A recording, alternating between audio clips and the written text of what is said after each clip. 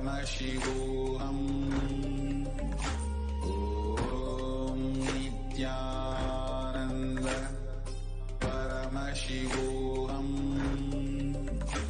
ॐ नित्यानन्द परमशिवोऽहम्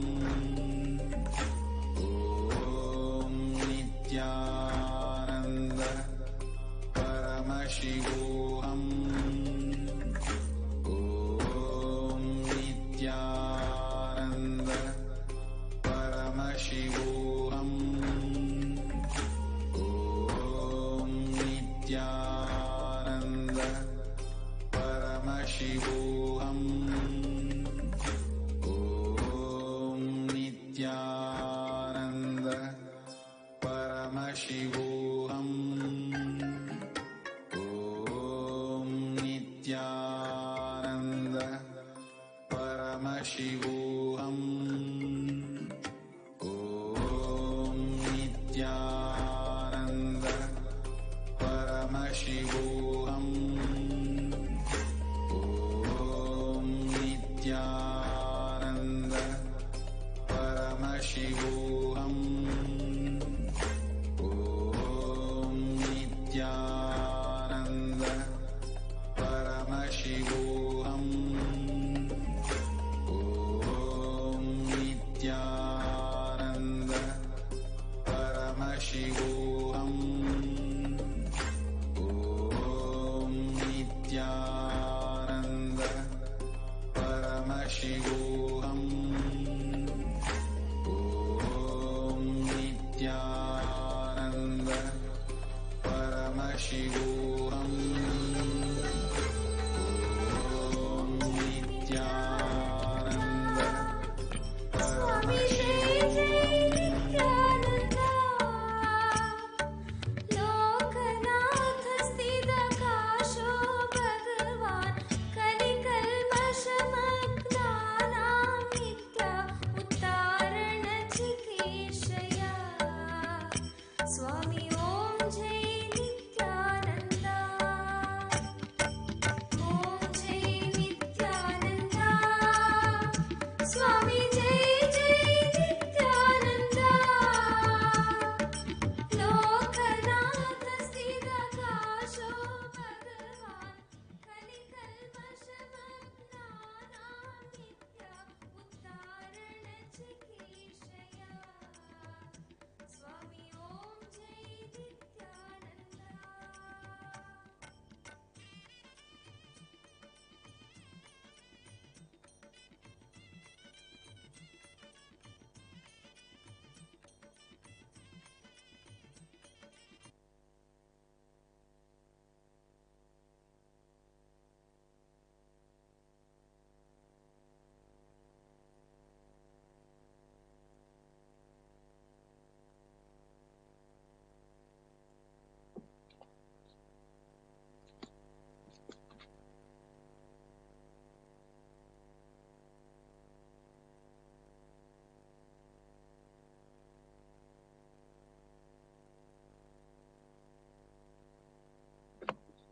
Nityanandam.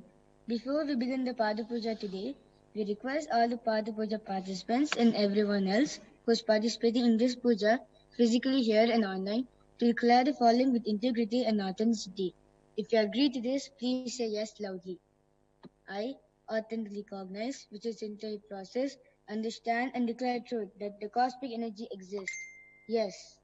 I authentically recognize, which is entire process, understand and declare truth that Swamiji, Nityanandeshwara Paramashiva and Nityanandeshwari Parashakti, the Guru Padakas and the Atmalinga are the Chilmaya Vigrahas, the embodiment and representation of that very cosmic energy. Yes. I authentically recognize, which is entire process, understand and declare truth that what you offer during the Pada Puja to Swamiji will reach the cosmic source of energy directly. Yes. I authentically recognize this entire process, understand and declare truth of Sohamasmi, that even I worship, I am Him. Yes. Let us now enter into the Pratyaksha Pada Puja. Please be seated in a meditative space of gratitude and deep restful awareness in your Anandagandha. The first offering is the Sadguru Vandanam. Now, Please take some flowers in your hands, close your eyes, and offer the flowers at the divine lotus feet of His Divine Holiness Swamiji at the end of the mantra. Nityanandam Paramasukadam Kevalam Jnanamutim Dvandvatitam Gagana Sadrusham Tattvamasyadilaksham Ekam Nityam Vimalamachalam Sarvadi Sakshibhutam Bhavatitam Trigunarahitam Sadgurum Tam Namami. The next is the Guru Parampara Vandanam. Now, please take some flowers in your hands, close your eyes, and offer the flowers at the divine lotus feet of His Divine Holiness Swamiji along with the mantra. Nityanandeshwara Paramashiva Samarambha Nityanandeshwari Parashakti Madhyama Asmadacharya Paryantam Vande Guru Parampara. The next is the Arnagiri Yogishwara Vandanam. Now, please take some flowers in your hands, close your eyes, and offer the flowers at the divine lotus feet of His Divine Holiness Swamiji at the end of the mantra. Lalate Dribundri Nitilakrita Kasturi Tilakaha Spuran Mala Dhara Spurita Kadikaupi Navasanaha Tadhano Dushtaram Shirashipani Rajam Shashikalam Pradipa Sarvesham Arunagiri Yogi Vijayate. The next is the Tattvachamanam, the ritualistic cleansing of the mouth. Now, keeping your right hand in the Gokarna Mudra, pour an udurni of water from the Panchapatram and chanting each of the following mantras internally. Drink the water that flows to the base of the palm. Om Atma Tattvam Shodayami Svadha. Om Vidya Tattvam Shodayami Svadha. Om Shiva Tattvam Shodayami Svadha. Wash your hands. Chanting the following mantras internally. Wipe the upper and lower lips twice, using the base of a right hand thumb, moving the hand from right to the left of the lips. Om Ham Hridayaya Namaha. Wash your right hand with the water in the Panchapatram. With the tips of the right hand index, middle and ring finger touch above the upper lips and below the lower lips. With the tips of the right hand index finger and thumb join together. Touch the right nostril, left nostril. With the tips of the right hand index finger and thumb join together. Touch the right eye, right ear, left ear. Wash your right hand with the water in the Panchapatram. With the base of the right hand thumb and middle finger, touch the navel, right chest, left chest. With the right hand fingertips together, touch the top of the head, right shoulder, left shoulder, and the heart center. The next is the Shuklam Bharadaram. Now, keeping the Akshata in your right hand, clench your hands and tap the sides of your forehead 5 times, visualizing that the nectar in the Sushumna Nadi is reaching to Mahaganapati, who is seated in the Mooladhara Chakra, and the nectar oozing through the head is drenching your hands. Om Shuklam Bharadaram Vishnum Shashivarnam Chaturbhujam Prasannavadanam Dhyayet Sarva Vignopashantayet. The next is the Pranayama. Continue to keep the Akshita in your right hand. Now open on the little finger, ring finger, and the thumb. During the Pranayama, use the thumb to close the right nostril and the ring and little finger to close the left nostril. Closing the right nostril, inhale slowly through the left nostril. Once you inhale fully, close both the nostrils and hold the breath inside as long as possible. Exhale through the right nostril alone very slowly. During this inhalation, retention, exhalation, chant the Panchabrahma mantra, Shadanga mantras 3 times internally.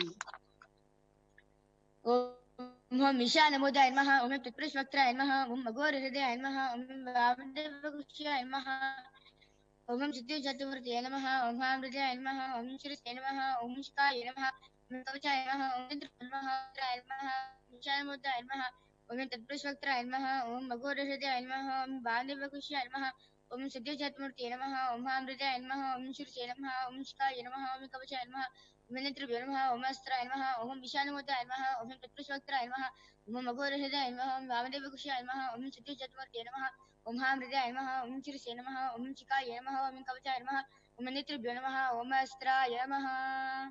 Now, please touch your right ear. The next is the Sankalpa, the conscious resolution. Now, keep a Dakshata in your left palm, close it with your right palm, and keep both the hands on the right thigh, and offer at the divine lotus feet of His Divine Holiness Swamiji at the end of the mantra.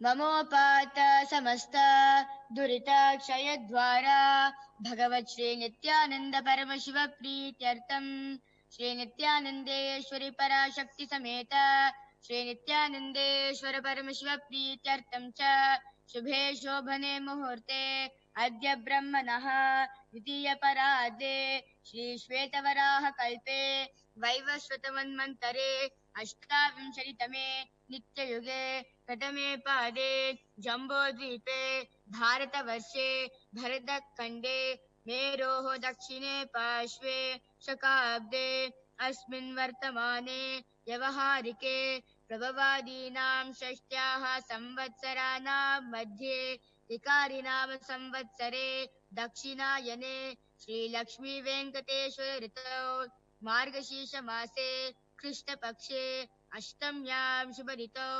गुरुवासरयुक्तायाम् उत्तरफल्गुनी नक्षत्र सौभाग्ययोग कौलवकरण एवं गुणविशेषण विशिष्टायाम् अस्यां शुभऋतौ श्रीकैलासोन्नतद्वादशान्त श्यामला पीठारूढ श्रीमीनाक्षी सुन्दर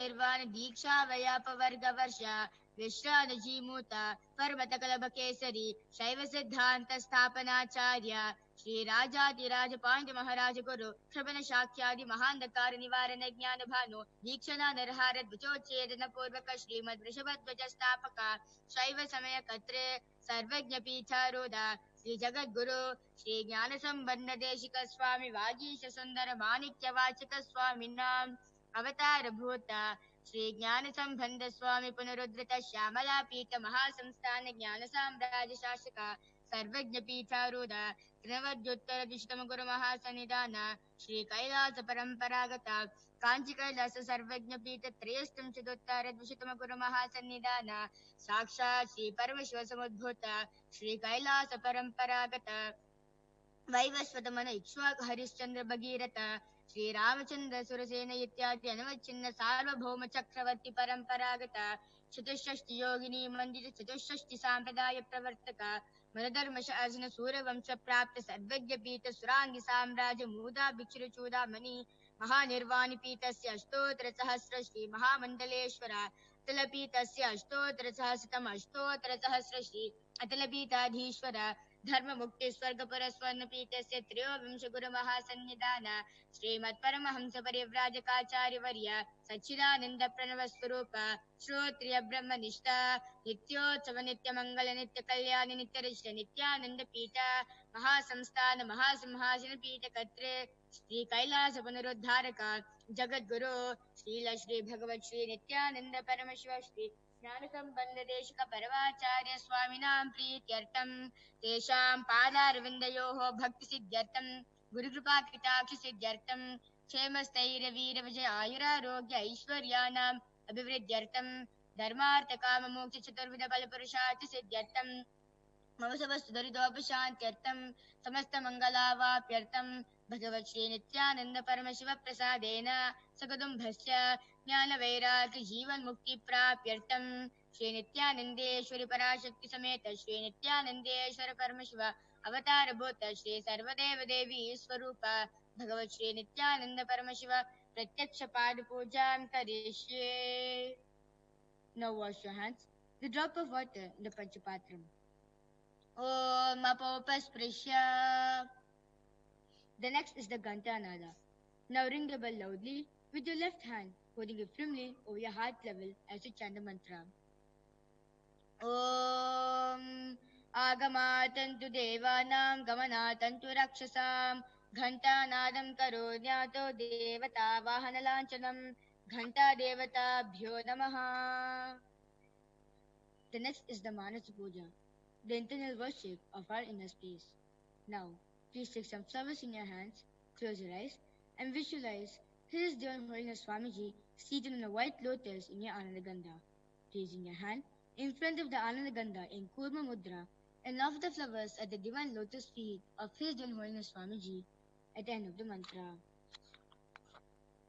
Om Padmamasanam Datyat Sahasrarachyutamritaihi Padyam Charanayo Datyat Manastu Argyam Nivedayet Yenamritena Achamaniyam Snaniyam Tena Chashputam Akashatattvam Vastram Syat Gandhasyat Gandhatatvakam Chittam Prakalpayet Pushpam Dobam Pranan Prakalpayet तेजस्तत्त्वं च दीपार्थं नैवेद्यं स्यात् सुधाम्बुधिः अनाहतध्वनिर्घण्टा वायुतत्त्वं च चामरं सहस्रारं भवेत् छत्रं शब्दतत्त्वं च कीलकं नृत्यमिन्द्रियकर्माणि चाञ्चल्यं मनसस्तथा सुमेकलां पद्ममालां पुष्पं नानाविधं तथा अमायाध्यैर्भावपुष्पैः अर्चयेद्भावकोचरम् अमायं मनहङ्कारम् अरागं ममतं तथा अमोहकं मदं पञ्च अद्वेषाक्षोभकौदता अमत्सर्यं मलोपं च यशपुष्पं विदुर्बुधाः अहिंसा परमं पुष्पं पुष्पमिन्द्रियनिग्रहः दया पुष्पं क्षमा पुष्पं ज्ञानपुष्पं च पञ्चमम् इति पञ्चदशे भावपुष्पैः सम्पूजयेत् भगवन्तं श्रीनित्यानन्दपरमशिवम्. The next is the Upachara Puja, the external worship. The first offering is Asanam, the offering of the sacred seat. Now, please take some flowers and akshara in your hands and offer at the divine lotus feet of His Divine Holiness Swamiji along with the mantra. Asanam Om Sarvabhutantarastaya Sarvabhutantaratmane कल्पयाम्युपवेशातं आसनं ते नमो नमः.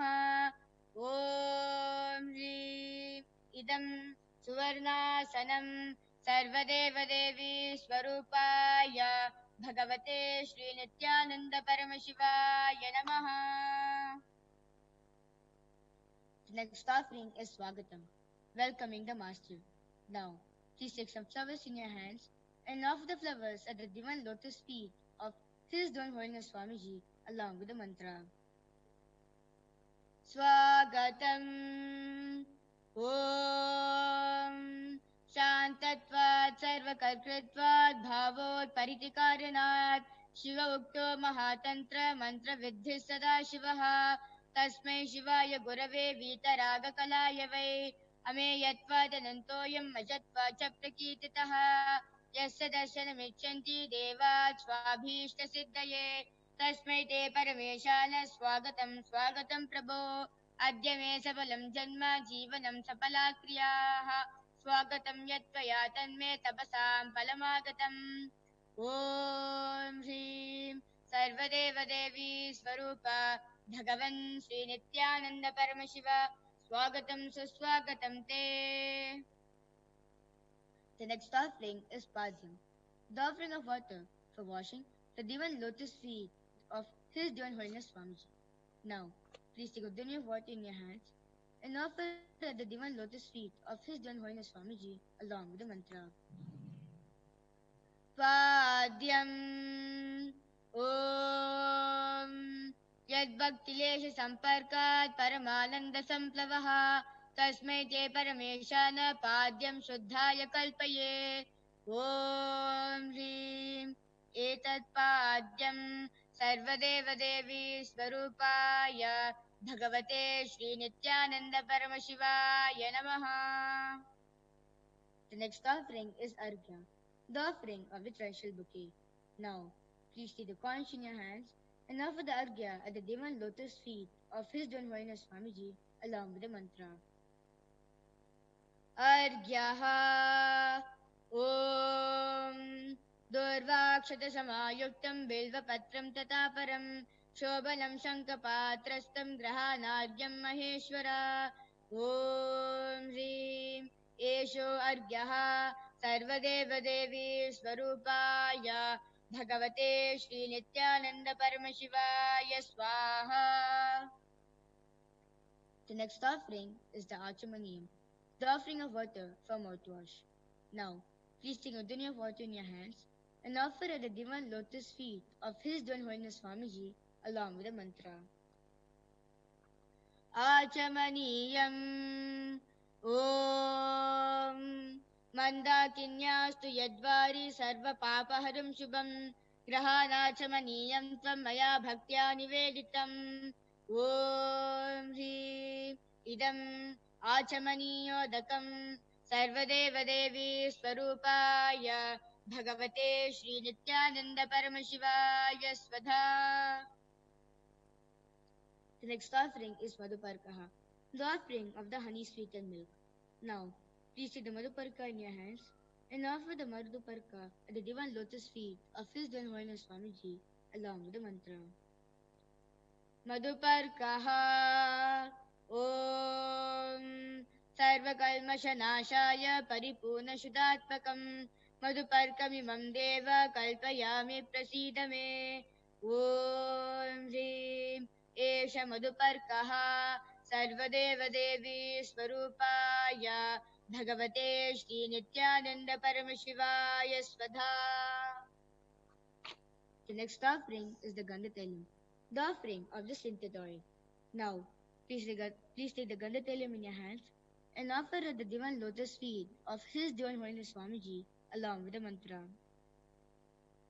Gandhatailam Om Sneham Grahana Snehena Lokanam Hitakaraka Sarvalokeshu Shuddhastam Dadami Snehamuttamam Om Hrim Idam Gandhatailam Sarvadevadevi Swarupaya Bhagavate Shri Nityananda Paramashivaya Nivedayami.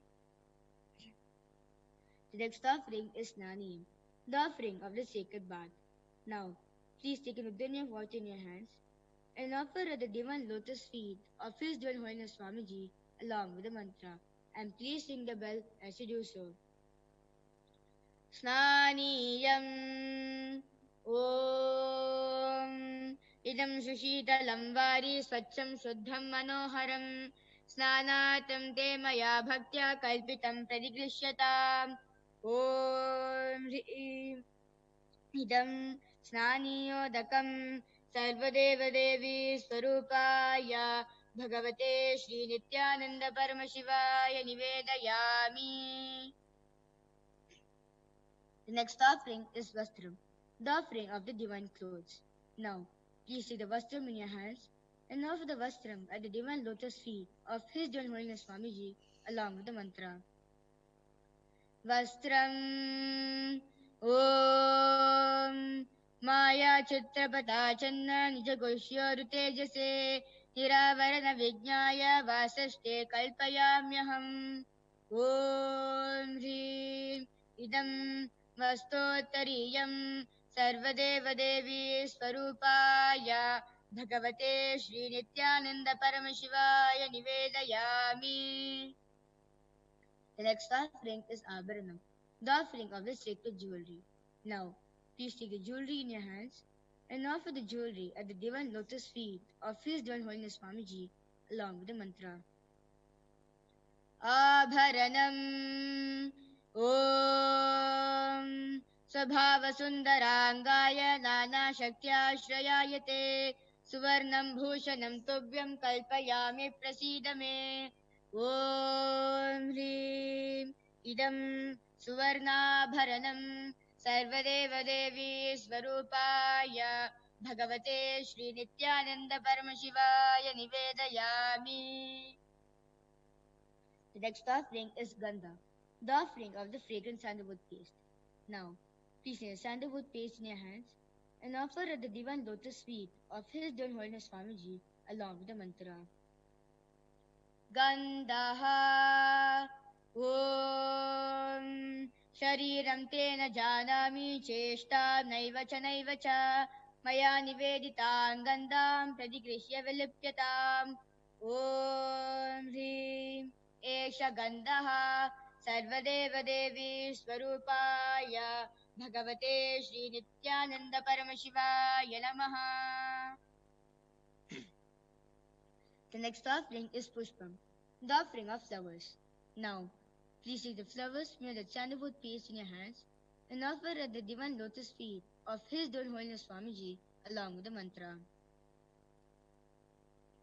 Pushpam Om Turiyavana Sampannam Nana Gunamanoharam Ananda Saurabham Pushpam Drishyataamidamuttamam Om Hrim Etani Sachandana Pushpani Sarvadeva Devi Swarupaya Bhagavate Shri Nityananda Paramashivaya Vaushate. The next is the Bilva Patram, the offering of the Bilva leaf. Now, please take the Bilva leaf made with sandalwood paste in your hands and offer it at the divine lotus feet of His Divine Holiness Swamiji along with the mantra. Bilva Patram Om Amritodbhavam Shri Riksham Shankarasya Sada Priyam Bilva Patram Prayachami Pavitram Te Sureshwara Om Hrim Etani Sachandana Bilva Patrani Sarvadeva Devi Swarupaya Bhagavate Shri Nityananda Paramashivaya Vaushate. The next is the Tulsi Patram, the offering of the Tulsi leaf. Now, please take the Tulsi leaf made of sandalwood paste in your hands and offer at the divine lotus feet of His Divine Holiness Swamiji along with the mantra. Tulasi Patram Om Namaste Bahurupaya Varadamurtaye Paramatmane Swaha Om Hrim Idam Sachandana Tulasi Patram Sarvadeva Devi Swarupaya Bhagavate Shri Nityananda Paramashivaya Namaha. The next offering is Dhupa, the offering of the incense. Now, please take the lit incense sticks in your hand and slowly wave towards the divine lotus feet of His Divine Holiness Swamiji along with the mantra, and please ring the bell as you do so. Dhupaha Om Vanaspati Raso Divyo Gandhavyasya Manoharaha Agreya Sarva Devanam Dhupoyam Pradigrisyatam Om Hrim Esha Dhupaha Sarvadeva Devi Swarupaya Bhagavate Shri Nityananda Paramashivaya Namaha. The next offering is Deepa, the offering of light. Now, please take a lit lamp in your hand and slowly wave towards the divine lotus feet of His Divine Holiness Swamiji along with the mantra, and please ring the bell as you do so.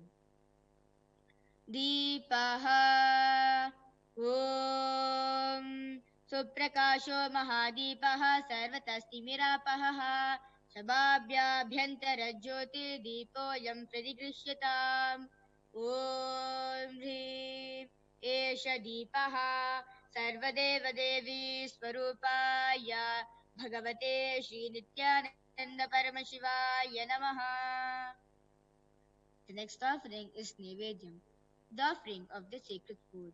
Now, please take a Vidya of water in your hands and hover it clockwise over the Nevedyam and offer at the divine lotus feet of His Divine Holiness Swamiji along with the mantra, and please ring the bell as you do so. Naivedyam Om Naivedyam Vivitam Deva Sharkaradi Vinirvitam Maya Niveditam Bhaktya Grahana Parameshwara Om Hrim Idam Sobhakarna Naivedyam Sarvadeva Devi Swarupaya Bhagavate Shri Nityananda Paramashivaya Nivedayami.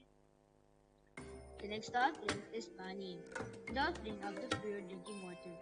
Now, please take a Vidya of water in your hand and offer at the divine I lotus bless feet you all. of His Divine Let you Holiness all Swamiji open all your along with the three eyes. mantra. and manifest powers of पानीयम् Mahasada ॐ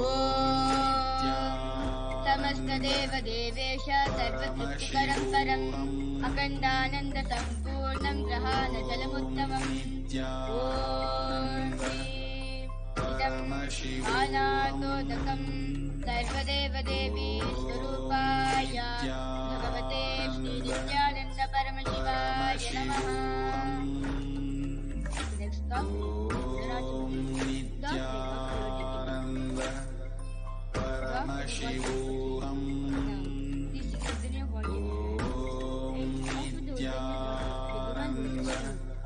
Paramashivoham पुनराचमनीयम् ोच्चितमप्यसुचेर्वा यस्य स्मरणमात्रतः शुद्धिमाप्नोति तस्मै ते पुनराचमनीयकम् ॐ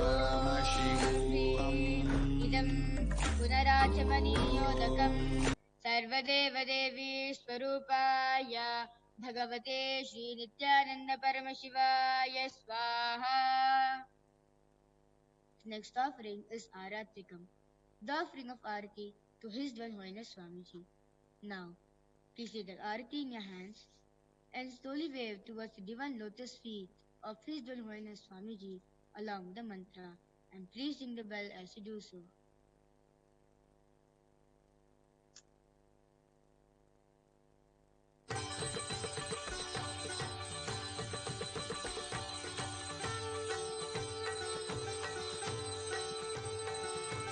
ॐ जय नित्यानन्दा स्वामी जय जय नित्यानन्दा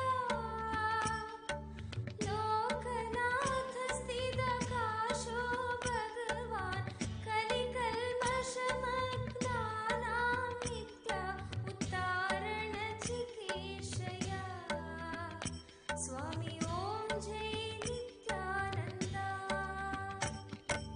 ॐ जय Aratikam Om Desha-dīpamālā Sarvadeva-devi Swarupāya Bhagavate Sri-Nityananda-Paramasivāya Namaha. Om Rājādi-rājāya Prasajña-sāhine Namo vayam Vaishnavanāya kurmahe Tame kāmāṃ kāma-kāmāya mahyam Vāmeshvaro Vaishvano dadato Kuberāya Vaishvanaaya Mahārājāya Namaha.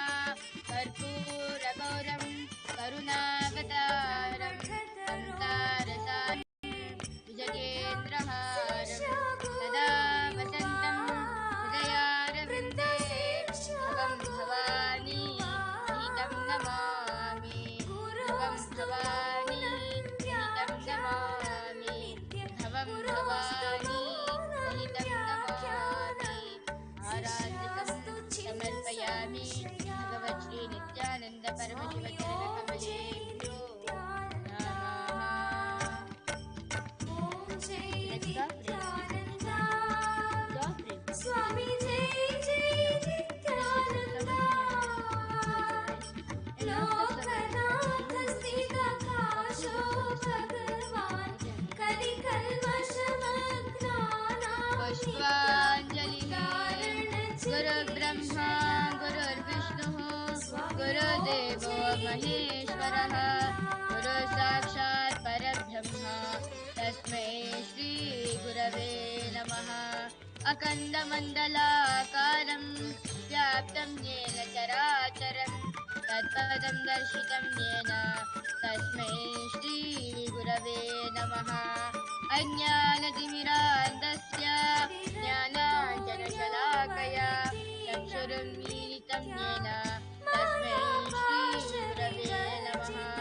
अनेकजन्मसम्प्राप्तकर्मबन्धविदाहिने आत्मज्ञानप्रदानेन तस्मै श्रीगुरवे नमः. मन्नाथ श्रीजगन्नाथो मद्गुरो श्रीजगद्गुरुः ममात्मा सर्वभूतात्मा तस्मै श्रीगुरवे नमः. ईश्वरो गुरुरात्मेति मूर्तिभेदविभागिने व्योम व्याप्तदेहाय दक्षिणामूर्तये नमः। नित्यानन्दं परमसुखदं केवलं ज्ञानमूर्तिं सर्वातीतं गगनसदृशं तत्त्वमस्यादिलक्ष्यम् एकं नित्यं विमलमचलं सर्वदी साक्षिभूतं भावातीतं त्रिगुणरहितं सद्गुरुं तं नमामि। पुष्पाञ्जलिं समर्पयामि भगवत्श्री नित्यानन्द परमशिवचरणकमलेभ्यो नमः।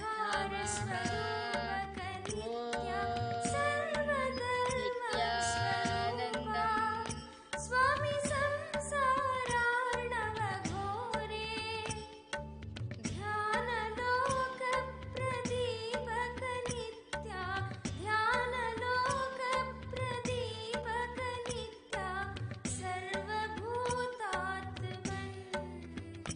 स्वामी ॐ जय नित्यानन्दा ॐ जय नित्यानन्दा स्वामी जय जय नित्यानन्दा लोकनाथ स्थितकाशो भगवान् कलिकल्मषमग्नानां नित्या उद्धारणचिकीर्षया स्वामी ॐ जय नित्यानन्दा।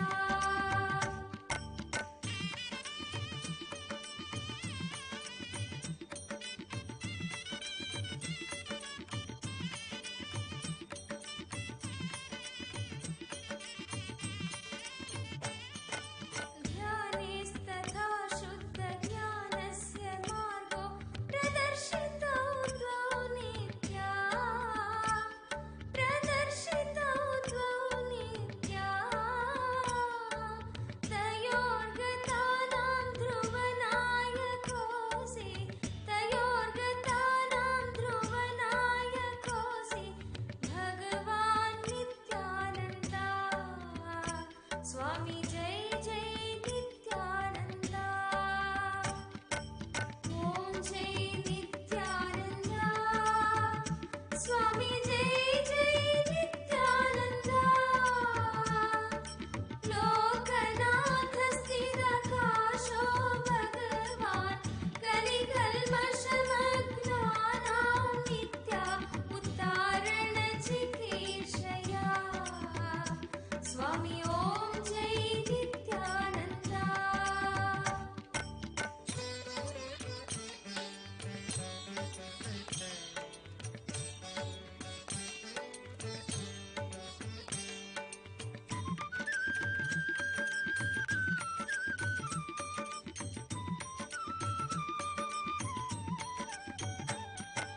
ध्यायन्ति यं नित्यमभेददृष्ट्या गुरु नित्यानन्दा स्वामी गुरु नित्यानन्दा चतुराश्रमधर्मविहीन शान्ता चतुराश्रमधर्मविहीन शान्ता ध्यानविधूतचित्ता स्वामी ॐ जय नित्यानन्दा ॐ जय नित्यानन्दा स्वामी जय जय नित्यानन्दा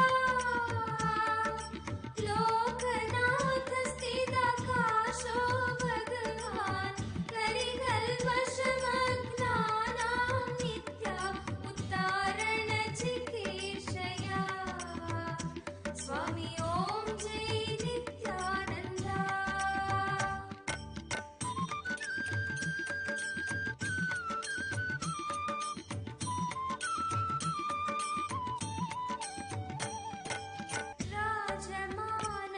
राजमानस्वधामनि नित्या सद्गुरु नित्यानन्दा स्वामी सद्गुरु नित्यानन्दा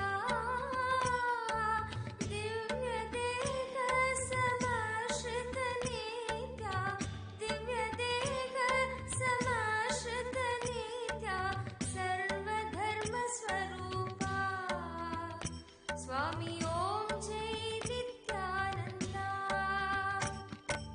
ॐ जय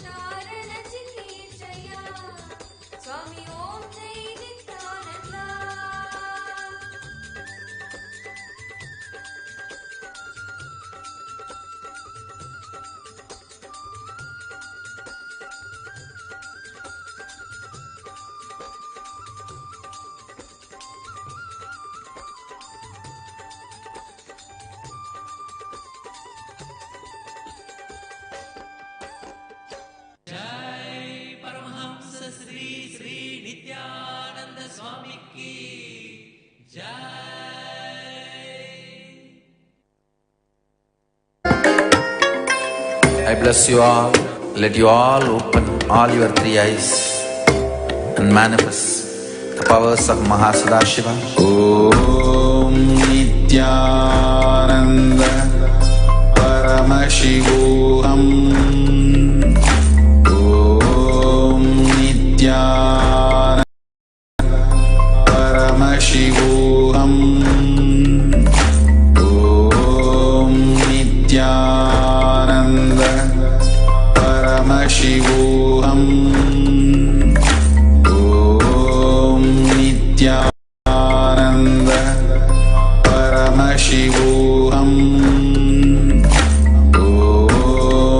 Nityananda Paramashivoham. Om Nityananda Paramashivoham. Om Nityananda Paramashivoham. Om Nityananda Paramashivoham. Om Nityananda Paramashivoham. Om Nityananda Paramashivoham. Om Nityananda Paramashivoham. Om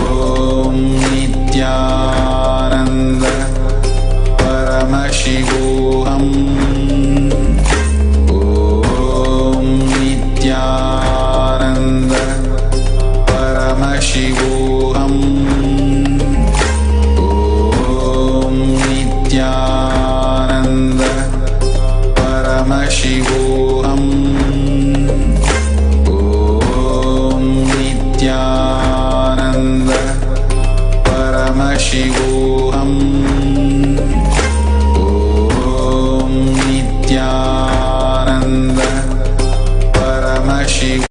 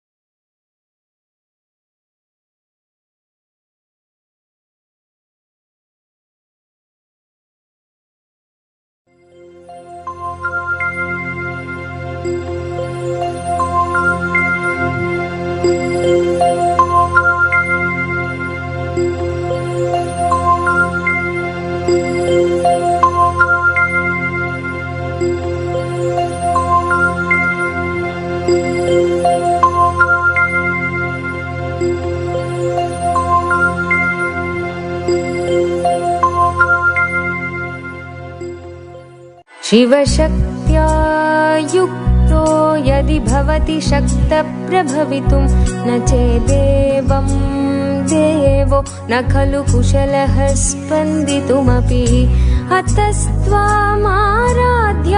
हरिहरविरिञ्चादिभिरपि प्रणन्तुं स्तोतुं वा कथमकृतपुण्यप्रभवति तनीया